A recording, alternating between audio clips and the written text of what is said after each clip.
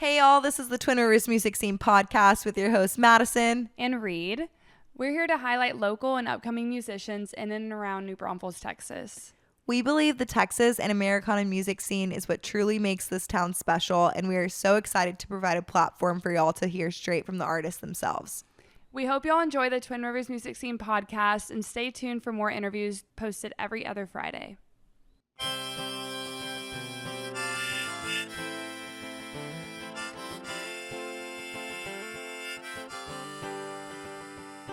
No venue too far, any song at every bar. Here to cover your needs. Twin Rivers Music Scene.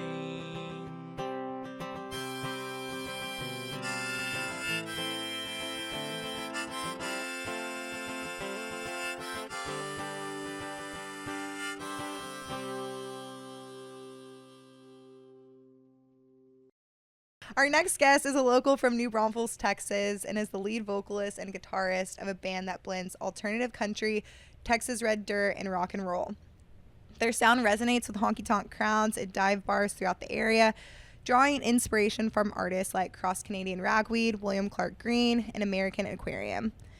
The music is authentic and roots-driven, providing listeners with songs that possesses real soul and honest lyrics, all woven together in a way that invites everyone in. We are excited to welcome Rowdy Brooks of Campfire Kingdom to the Twin Rivers Music Scene podcast. Thanks for having me, man. I need to get that recording and play it every morning when I wake up. Just a little daily affirmation. Yeah. Exactly. There we go. Hype you up for the day. I love that, actually. That would be so funny, but also creepy that you'd hear my voice. That's fair. The totally missus fair. probably wouldn't like that. Probably not. It's like your wake up alarm clock. Again. Yeah. Madison, no. Maybe somebody with an Australian accent or something like that. There we go. Just have her voice it over, there and then you can play it every day. Well, okay. How are you? I'm good. Thanks for having me. I'm always excited to come to Riley. So I think this is the earliest I've ever been here, but always a good time. Yes, we're excited to have you. And so we want to know where the name Rowdy Brooks came from, because your real name is Kyle Mankey, but you're doing your music under Rowdy Brooks. Yeah, so I'm a huge diva. I need a stage name. I love it. No, so a lot of my friends up north call me Rowdy. I grew up splitting time between Texas and about 30 minutes from the western Kentucky border. So I'm little Texas, little Midwest, all thrown together there. I got the nickname Rowdy, probably 10 or 15 years ago at this point. It was kind of the alter ego that would come out whenever the alcohol started flowing a little too much. We were for example, we were at one of my buddy's bachelor parties in San Antonio, coincidentally enough, and it was the end of a long night. We'd gone pretty hard. It was a fun time, and I got pretty drunk, and they walked me back to my hotel room, got my shoes off, got me in bed. Great friends, right? At least they took your shoes off. That's right? Really nice. Yes. Didn't even draw on me or anything, other than they did draw on my arm. If found, return to, and then the room number and the hotel name. Okay, that's so nice, though. I'll take that. I've had much worse drawn on me, right? And then sure enough, 15 minutes later, I showed up at the bar again. So I'm just the living embodiment of that meme of oh, my friends were so nice. They got me an Uber home. I should go thank them, Oh, yeah. Yeah. I would have screamed. I've seen that meme. You're thanking my friends for getting me an Uber ride home by going back to the bar and saying thank you. And so when it came time to do the music stuff, I'm not trying to hide my real name or anything like that, but it just kind of made sense to go by a nickname, and easier to search, easier to spell than my birth last name. Brooks comes from other side of my family name, so not totally made up, but yeah, it's fun. So when did you officially decide that you were gonna be okay, we're going all in with Rowdy Brooks? Yeah, so I was working a big boy job up until last summer, and I thought I was gonna work that big boy job forever, do music part-time, but the office job would pay the bills. And when I lost that, I was all right, I'm diving all in on this music thing and see what happens. And what I realized really quickly is that I was really good at promoting myself in my previous jobs. So if you Google my real name, it comes up with all sorts of articles I've written and things like that. So I was like, all right, maybe the nickname's the way to go, and I can ditch my impossible to spell last name and just go with Brooks. So.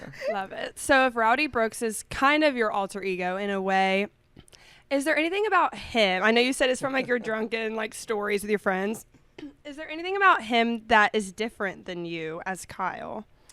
I don't think so. I think the core personality traits that I always have is that I'm always trying to have a good time. I'm always just trying to not rock the boat and, go along with it. And I think even when I do get overly excited and go into that rowdy stage, I'm still me. I'm still just trying to have a good time, make sure everybody else is having a good time. Love that.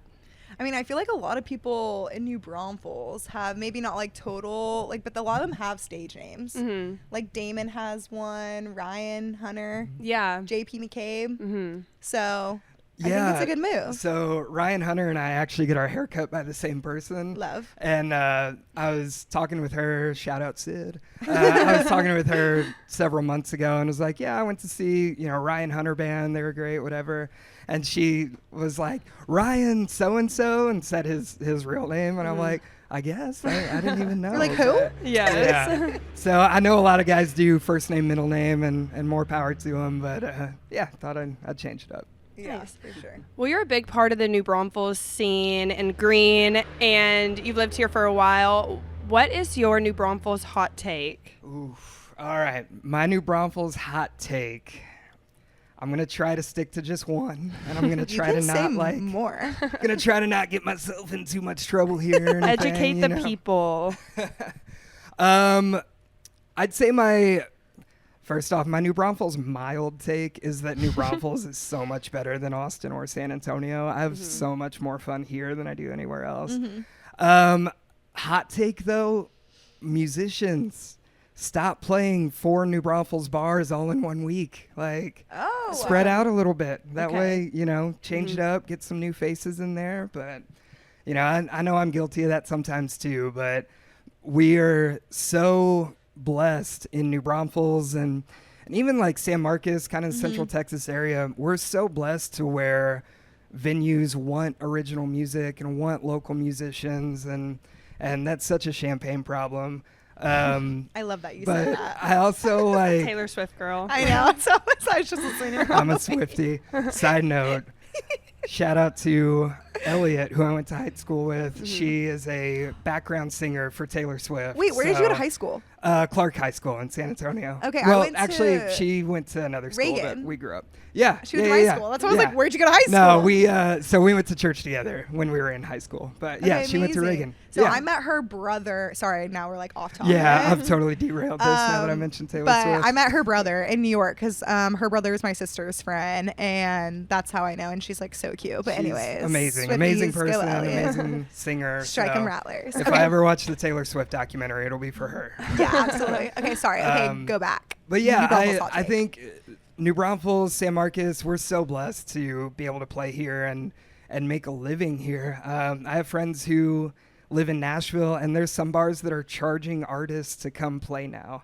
So it'll be like, you pay us $100, $200, and then don't worry, you get to keep the tips. And it's like, oh, That's insane. that's so lovely of you. I'm guessing it's Broadway bars, Oh, right? mostly Broadway. And the other thing with that is they want covers. So I was in Nashville a month or two ago, went with my fiance, and we went to see Julia DeGrazia, who has tons of plays, very successful artist, fiddle player, singer, all that.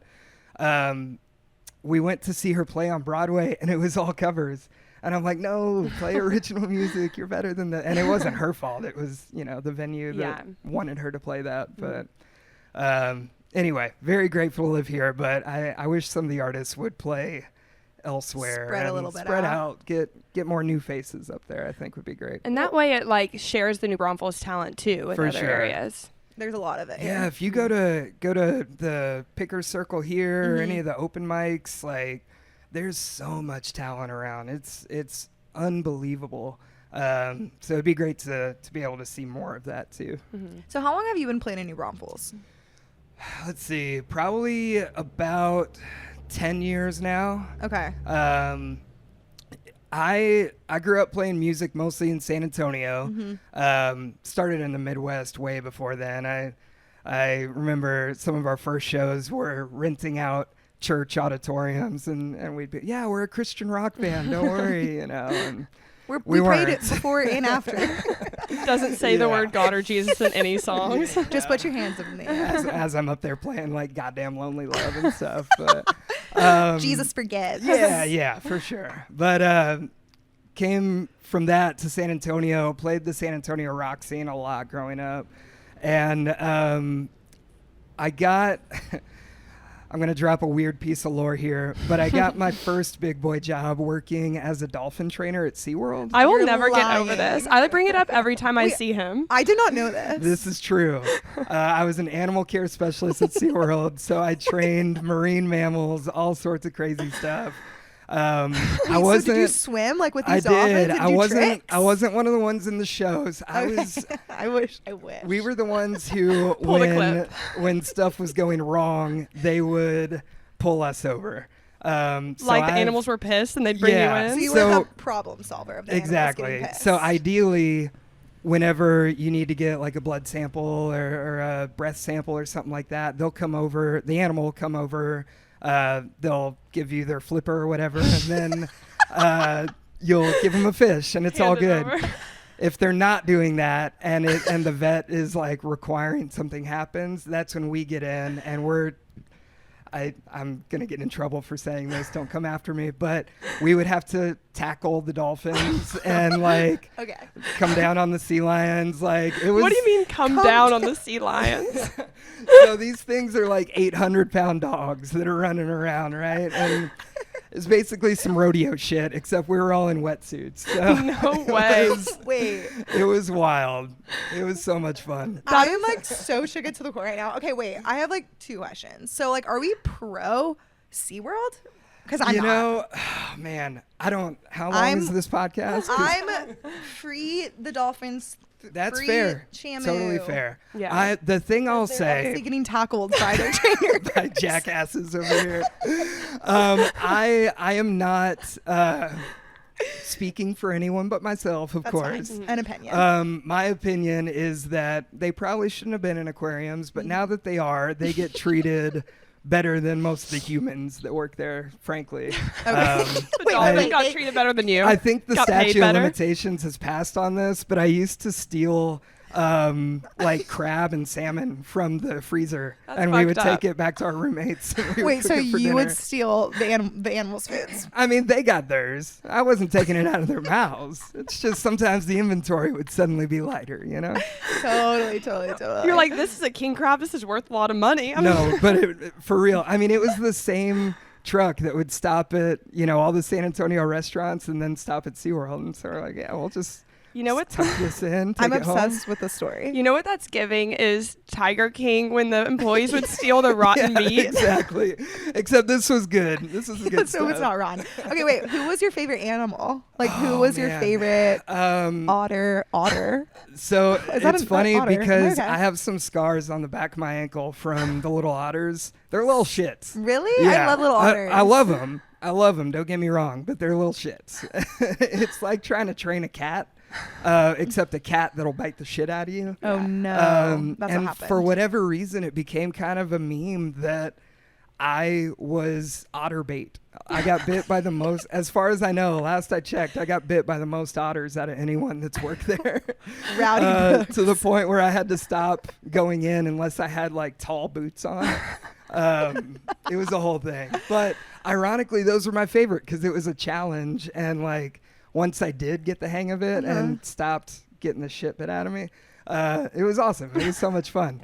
So how long did you do this for? I did that for 4 years. And while I did that, it was a very, like, you have to be all in on that kind of job. And sounds so like it. I was previously in a band that was signed to a label and was touring and doing all the van life stuff. Mm-hmm. And as fun as it is to sleep in a van with 5 other dudes 1,000 miles from home, I saw this job and was like, this is pretty fun. This is something I can do for a long time. this is consistent pay. So I kind of set music aside for a few years while I did that. For the marine life. For the animals. That is so funny. I wish, like, I've asked you a million questions about this already, but that is literally the most iconic lore to have. This is like now I'm like seeing this whole stage name. Like, this is why you don't want people to search your real name. My because career, you would be like pictures with otters and dolphins. Yeah, my professional career is all over the place. I was a dolphin trainer. I was a sports journalist for a while. Got to cover some of the World Cup games. Dang. And like, Okay. I was at the Alamo Dome when Mexico was playing, which was just fucking insane in the best way. That was so cool. And yeah, I've bounced around all over the place. But Okay, I'm obsessed. I love that. So kind of not to completely change the subject, No, but to please. change it back to music. He's like, change it. So with you playing in the New Braunfels scene for the past 10 years or so, what's a piece of advice that you would give to an artist or a band that is new to town and they're trying to make a name here? yeah, get involved. I think not to like sound like I'm patting myself on the back too hard or anything, but I This think is your the podcast, you best. can. Oof, all right. the best thing I did was go to those open mics, go to those songwriter circles. The thing that got me back into music and playing in New Braunfels after a long hiatus was hearing William Clark Green talk about Kent Finley's songwriter circle up at Cheatham Street. And at the time, I had a couple songs that I wrote just for fun and hadn't played in front of anybody in years, and was like, oh, this sounds like kind of a cool thing. I'll go check it out. And went up there and just immediately got the bug again. And as I was driving home from San Marcos, I called Ryan, who plays bass in Campfire Kingdom. Been one of my best friends since high school, forever. Called him and was like, we gotta get the band back together. It was very Blues Brothers-esque, if anybody's ever seen that. But that changed everything. That was like me really seeing there's a community here in San Marcos and New Braunfels and Central Texas that cares about original music, that isn't just trying to get a step above the next person on the ladder. They really care about each other. And so I started making friends through that. One of my real tight friends, a guy named Ben Foster that I know you all know from Foster and Quinn. He runs a very similar thing on Mondays up at not Riley's Tavern, Devil's Backbone. And I love that because that's exactly the kind of thing that if you start doing that and come at it from an approach of, oh, maybe I'll see Randy Rogers there, or maybe I'll see William Beckman there. Like, you probably won't. But what you will see is people like you who have the same passion for music and the same passion for songwriting. And as soon as you figure out how you can serve that community, you're going to get something back from it as well, just as a product of that. So I think if you come at it from the service perspective, I think good things tend to happen. Yeah, I love that perspective, honestly. I feel like that's the beauty about New Braunfels with the community. And I feel like you can really see the love that people have for music. And it's not just some like production, like people really love the artistry and like the musicians and what that forms rather than like the showiness of it all, like kind of like Nashville. Yeah. Like, we're not going to charge. I'm sorry, but I'm still like mind blown that people charge artists to play. Like, that's so rude. Bad. And like, I love parts of Nashville. Don't get me wrong. Of course. I love parts of Nashville. If anyone wants to know. But like, went up there last year and saw Willow Avalon at Exit In. Love her. Iconic venue, iconic artist. Maggie Antone was listed as the opener. Both of them are amazing. Love it. But what really threw me off was before Willow came on, they had probably 3 or 4 different artists come up and play like 3 songs each, which was cool. One of them was Zandy Hollop, who's amazing. I can't remember who the other one is, but she was great too. Maybe Anna Bates, maybe. Julia DeGrazia was playing fiddle, uncredited for several of them. And that was so cool, but it was also like, okay, I'm only getting 10 minutes of this or 7 minutes of this. Like, I want 90 minutes of it, and Right. I want to hear their story and all that. So I don't even remember how I got on that tangent, but I will say, like, the big thing with Nashville is they'll shotgun artists at you, whereas here you have the opportunity to really get to know them a little longer sets. That's true. That's a good point. And we love a male that supports female artists. So love that. I had a TikTok go not viral, but it got some interaction the other day because my fiance and I were at duets for their Live with Lone Star series a couple weeks ago, and Kat Hasty, who I could not love anymore, like one of my favorite artists. I think she's one of the best songwriters that we have around here. She was saying on stage, thanks to all the big burly boyfriends who come, I know you don't want to be here. And my fiance happened to be taking a video of that and whips around to me, and I go, I want to be here. Like, no, the last 5 or 10 years in particular, I feel like there's been a big push of female artists, and they're kicking ass. You know, like Bree Bagwell is great, Kat Hasty's great, and then you have people from out east like Maggie or Willow, and it's so cool. I agree. We're all about those female artists. It's their time to shine right now. I want to switch gears to social media. You have a really fun social media presence. Thank you. What's your strategy behind like the content you put out? Like, what's your thought process through that? My thought process, unfortunately, is the less effort I put into it, the better it does. Love. I hate that.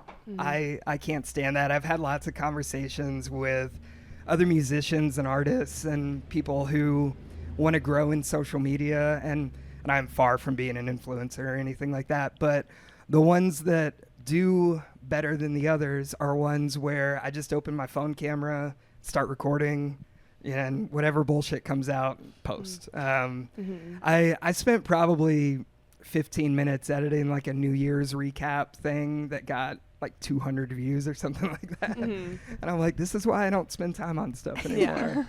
Well, I feel like it translates into more authenticity whenever you just pull it out and do it, because even if people don't know how much time you put into it, you can kind of feel it and tell. Definitely. So. Yeah. I think the authenticity is what a lot of social media is missing, frankly. Like, at some point, Instagram became like, only show me your most polished aesthetic, whatever. And so if I can get on there having just woken up and just take a video of my coffee pouring out in the morning with some text over it, like, that's great. I love that. True. I'll spend a lot more time on recording and on like the music side of it. I don't want it to come off like I'm not taking it seriously, but when it comes to social media, I think the authenticity is the important part. For sure. What's your view with like social media and like promoting like musicians, like that big growth? Yeah. Nothing gets me to swipe on a video faster than if it's just one dude and acoustic guitar, which I know is very hypocritical of me to say. You posted one the other day. But it's the truth. Like, See, I'm the opposite. I like all the acoustic see, stuff. that's great. I love that. And that's good for me to know. Because I do post some of those too.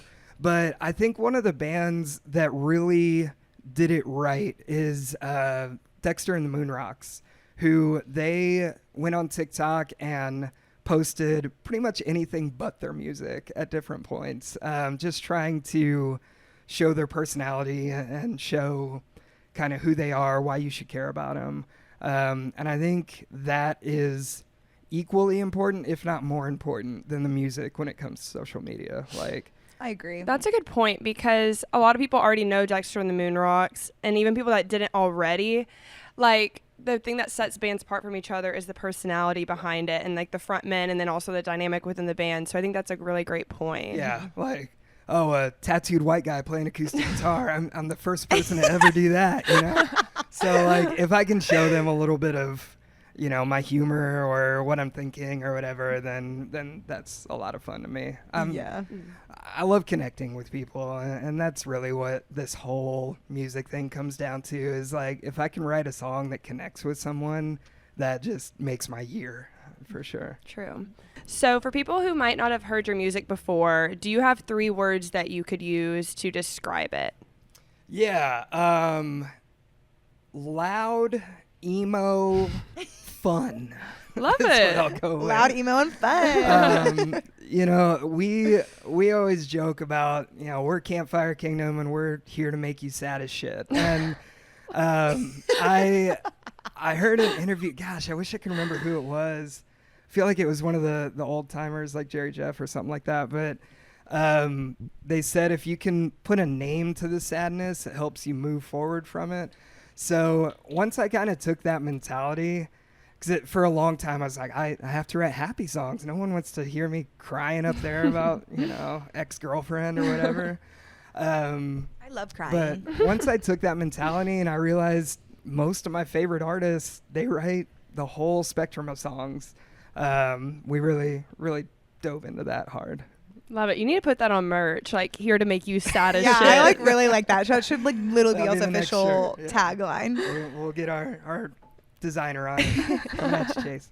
So y'all got to actually perform live on like the Austin Fox News, and then also y'all did the San Antonio live too. Yeah, right? so we were really lucky.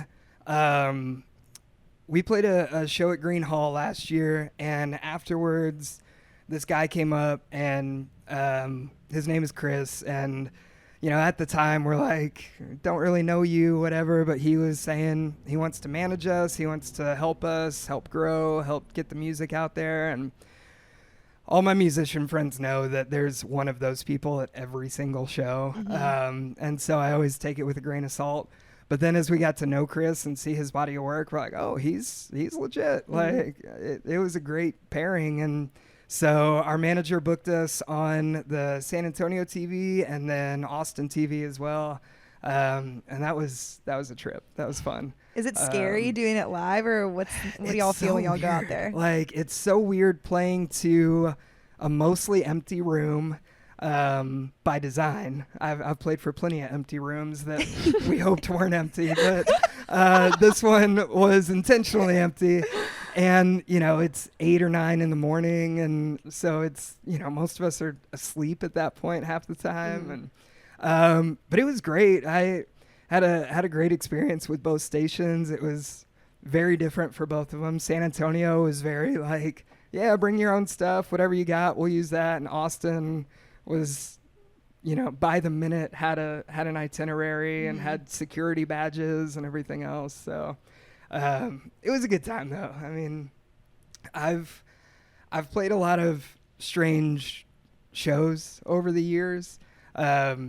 South by Southwest being probably the weirdest. Tell me more. Yeah, in a previous band called Mission Complete, we played South by Southwest a couple years, and that's such a trip because I can't even remember the name of the bar. Being Austin, it's probably not even there anymore, but it was a long bar, kind of like this, but the front of it opened to, I want to say 6th Street, one of the streets where South by was, and it didn't have a glass in the window. So like I was on the side of the stage right next to the street where people were just walking by, and we're, you know, playing our whole set, and then there's 100,000 people just walking by too. And like, okay, how do I hook these people to like come in and see us too? And it was trippy for sure. It was fun. Yeah. I'd do it again. Might be doing it again, but yeah, it was unique.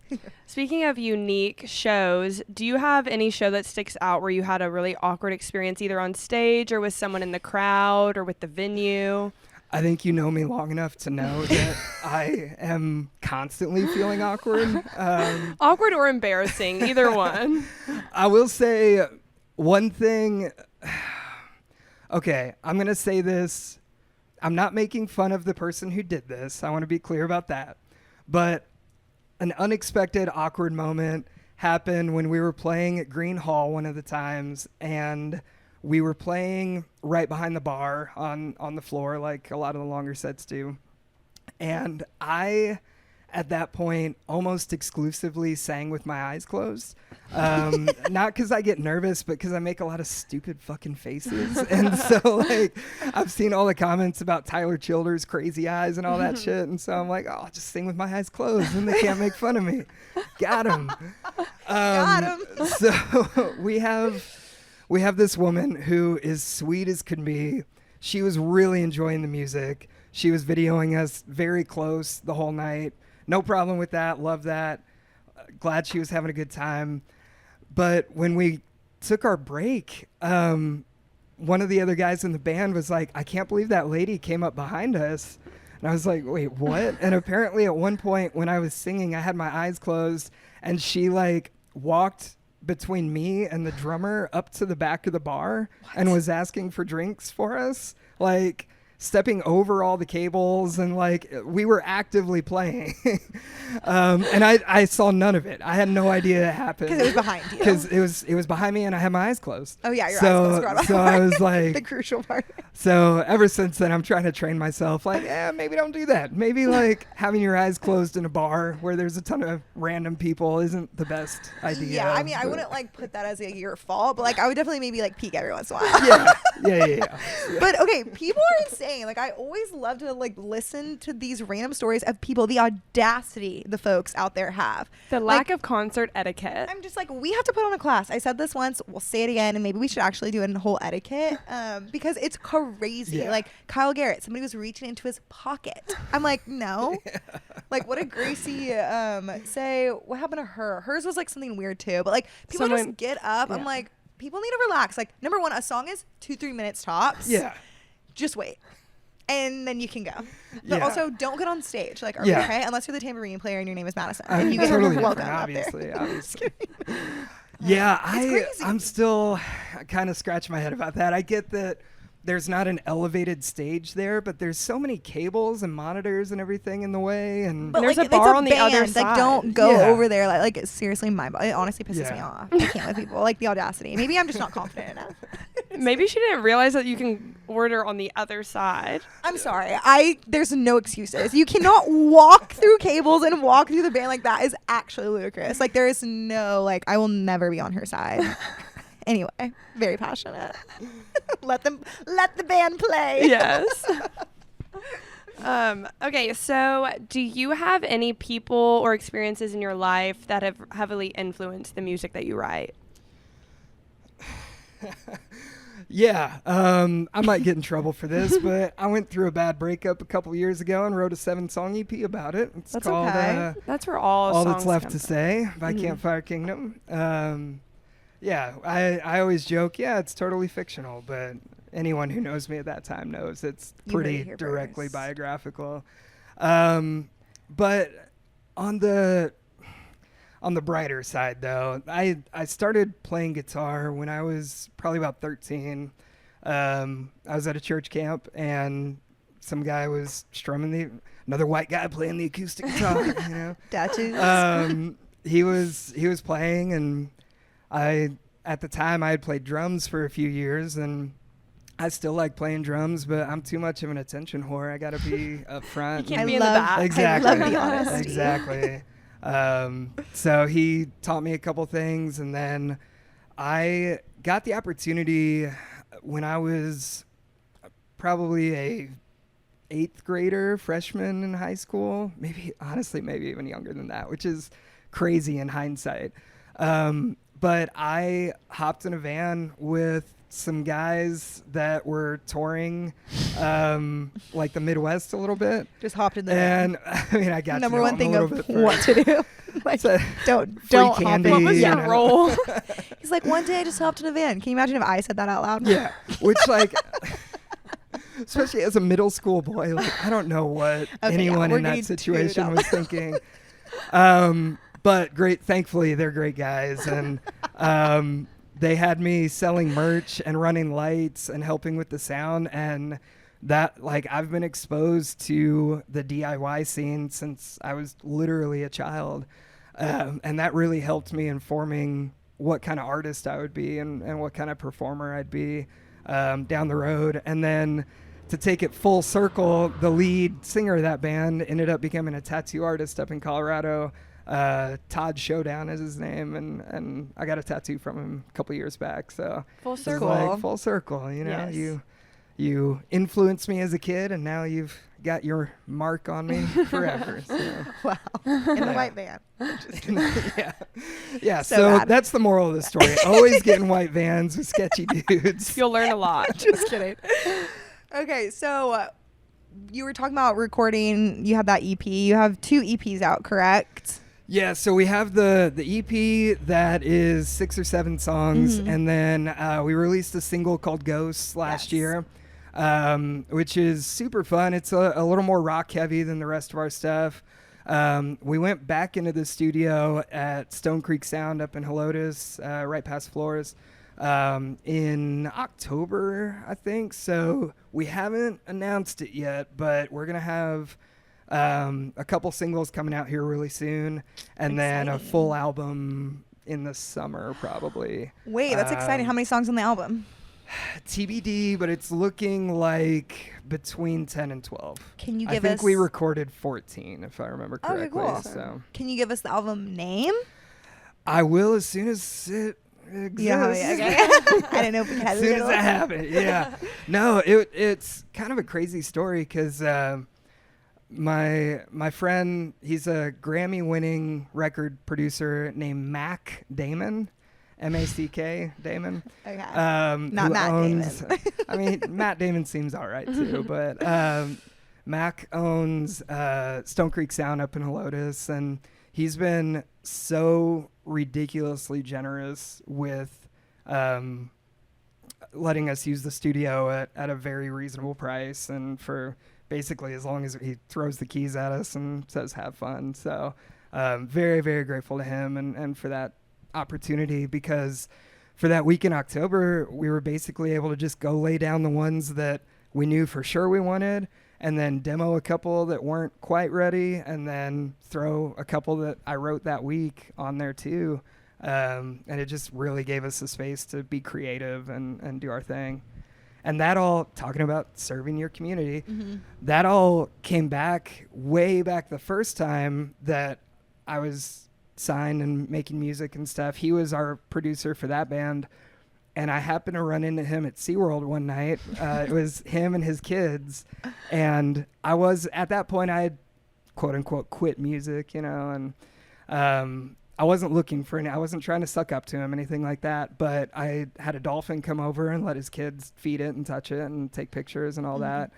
And he never forgot that. He was like, you were nice to my kids, you get whatever you want. That's and sweet. like, it wasn't coming from a place of, oh, I can get studio time when I, whatever. And it was just like, oh, let's help my friend here, Yeah. Cool. Your 2 different lives coming together. Yeah. I also love that, See, like, things always, like, why were you a trainer? Like, that's so random. And it's like, what if that moment, like, has brought all this? Yeah. Something so small. I will It's say, cool. I mean, it's funny how much that job influenced everything, because I grew up listening to Johnny Cash mostly, and then the first song that my dad put on my iPod when I got one was Jerry Jeff Walker and Ray Wiley Hubbard, and so I listened to all the older school guys.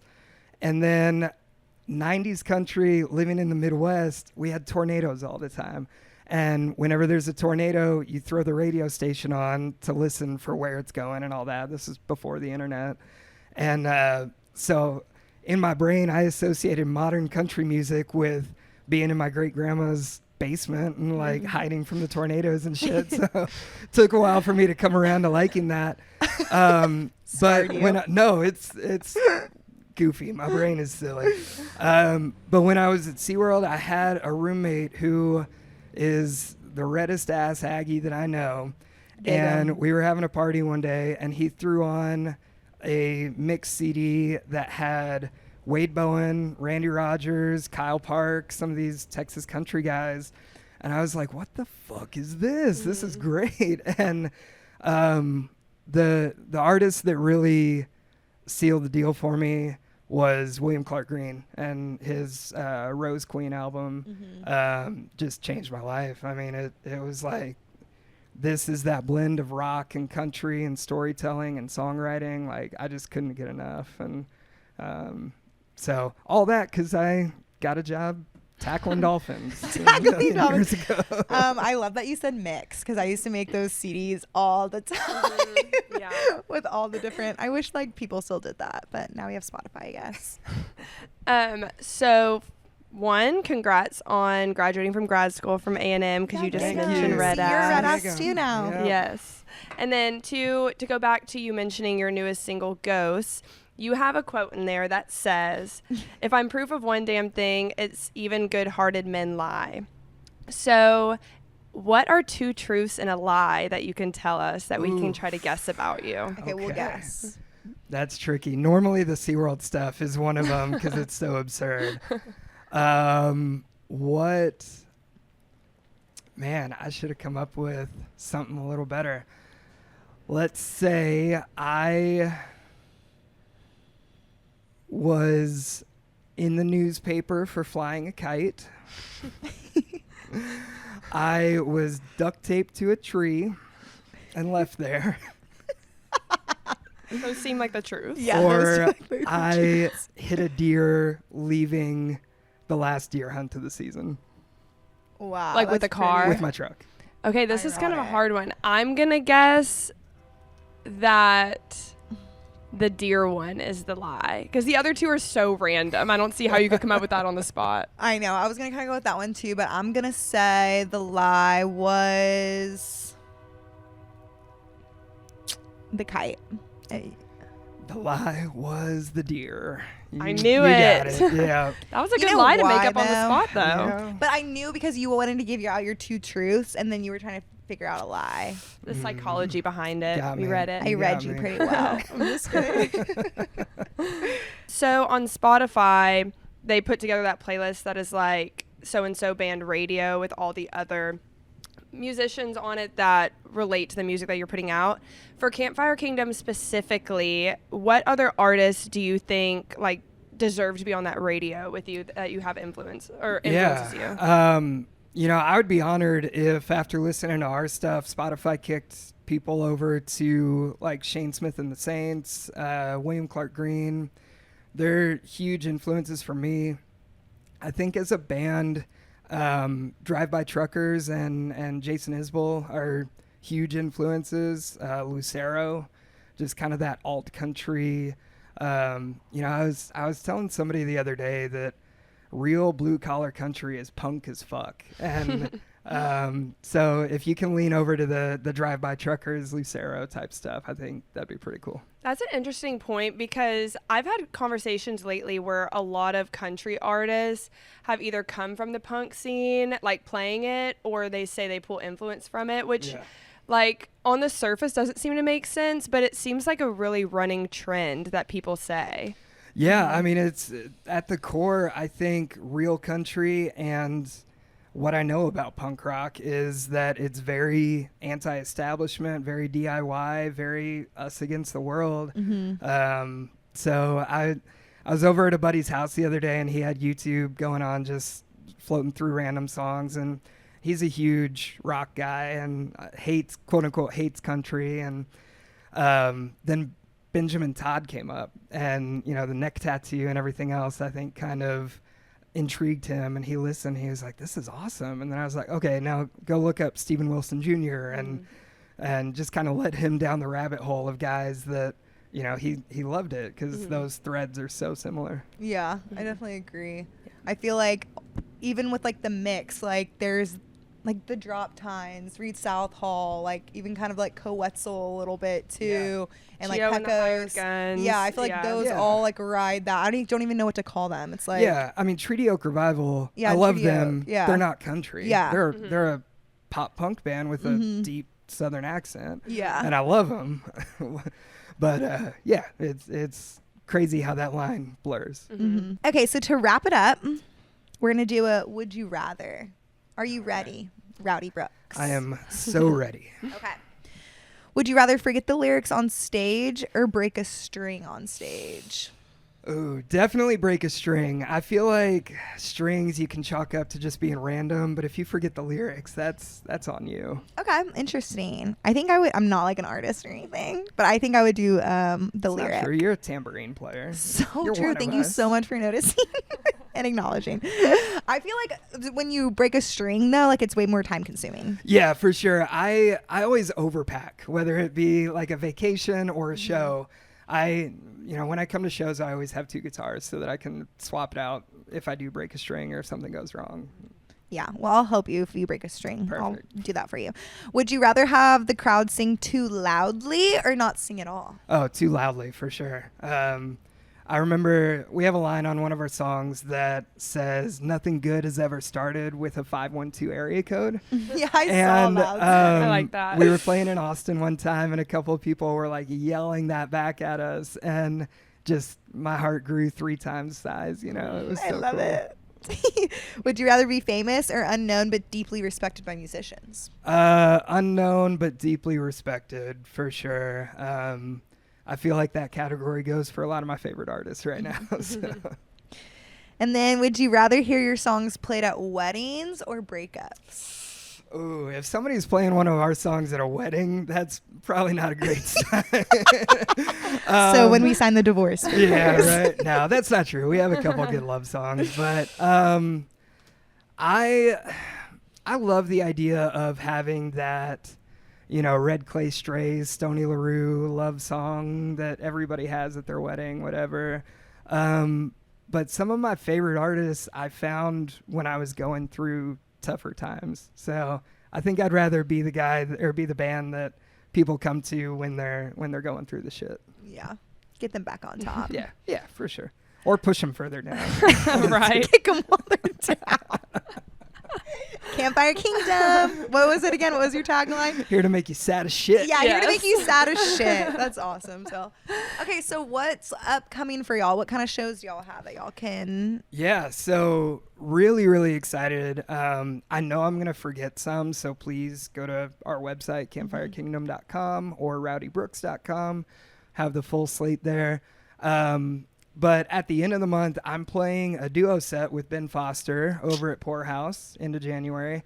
And then the next night will be right over here, full band at Riley's with Woo. Campfire Kingdom. Amazing. Very excited about that. First time we've ever played Riley's. And my family has deep roots with this place, so they'll all probably be out here. And That'll be fun. stoked for that. The one that is kind of blowing my mind right now is I got asked to open up a San Antonio rodeo fundraiser event.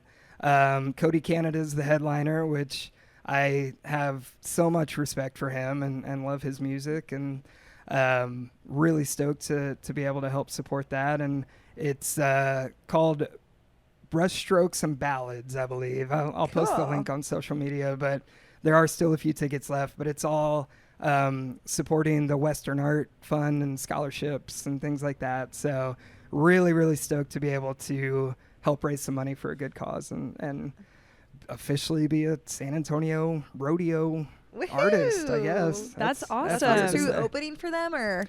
Yeah, so it's just going to be Cody. And awesome. I'm not sure how long this set's going to be, but it's going to be kind of an acoustic, intimate dinner and a show type deal. And I get to warm up the bar stool for him. Well, Very that's excited. badass. Congratulations Yeah, on that. Thank you. Can't wait. And you already mentioned your websites for people to check out. Where can people find Campfire Kingdom and Rowdy Brooks on Instagram, TikTok, all the things? Yeah, so the full band stuff is going to be at Campfire Kingdom Music on TikTok and Instagram mostly. Technically, we have a Facebook and a YouTube, but I'm just one guy. I've only got so many hours in the day. And then for my solo stuff, it's Rowdy Brooks Band, at Rowdy Brooks Band on Instagram and TikTok for sure. Awesome. Well, thank you for coming on. It was really fun to sit down and talk with you and hang out. It's always a good time. Yes. Yeah, thanks for having me. This is a blast. Yeah, thanks.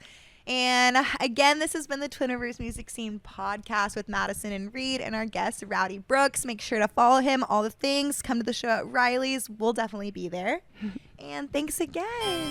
Thank y'all. Bye. That was a good one. Perfect. Thanks. Hope I didn't yap too much. No venue too far, any song at every bar. Here to cover your needs. Twin Rivers Music Scene.